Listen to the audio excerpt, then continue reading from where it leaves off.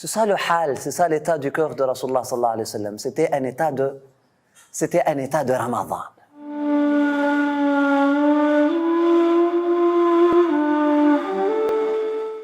Le maître de tous les amoureux, alayhi salatu wa sallam, tellement il était incapable de supporter cet éloignement, ce détachement d'Allah subhanahu wa ta'ala, tellement son amour pour Allah subhanahu wa ta'ala est devenu ardent dans son cœur, il laisse une fille de 3 ans, une épouse, un commerce, un statut, il laisse tout le monde, il laisse tout, il laisse la Kaaba qu'il aimait tant, pour aller où?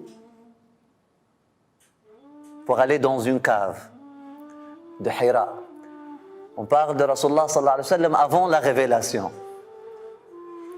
Pour ceux qui pensent toujours que Rasulullah sallallahu alayhi wa sallam était un homme comme tout le monde, et là, un accident dans la vie, la révélation est arrivée à lui. Ce n'était pas un accident dans sa vie.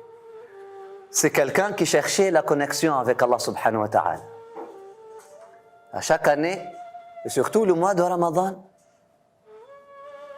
cet amour augmente encore plus, et là, il se détache de tout pour aller avoir une retraite dans la présence du Créateur du tout, de toutes choses.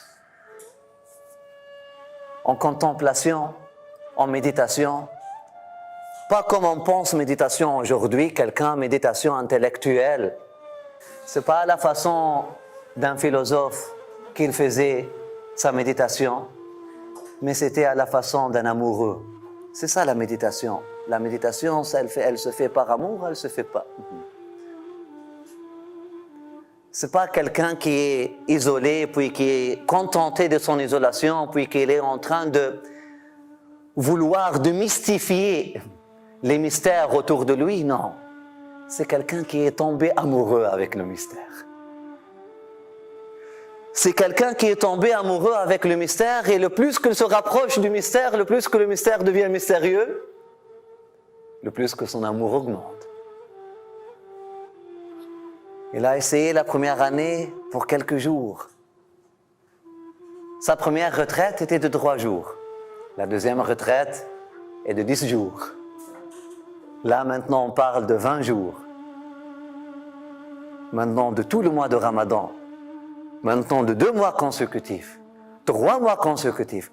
Maintenant, la dernière année, ce qu'il a passé en dedans de la cave de Hira était beaucoup plus de ce qu'il a passé, ce qu'il a passé avec sa famille. On parle de quoi? Ramadan. هذا الحال, cet état s'appelle Ramadan. Ramadan. Lorsqu'on dit an, ça veut dire un état permanent, un état actif. Ins, an, c'est un état d'actif, de chercher l'intimité, aussi c'est un état actif d'oubli. Haya, wan, c'est un état actif, c'est la vie qui vibre. C'est la vie qui vibre. Ramad, an, ramad c'est l'ishti'al, la combustion. An, ça veut dire continu. C'est ça le hal, c'est ça l'état du cœur de Rasulullah sallallahu alayhi wa sallam. C'était un état de Ramadan.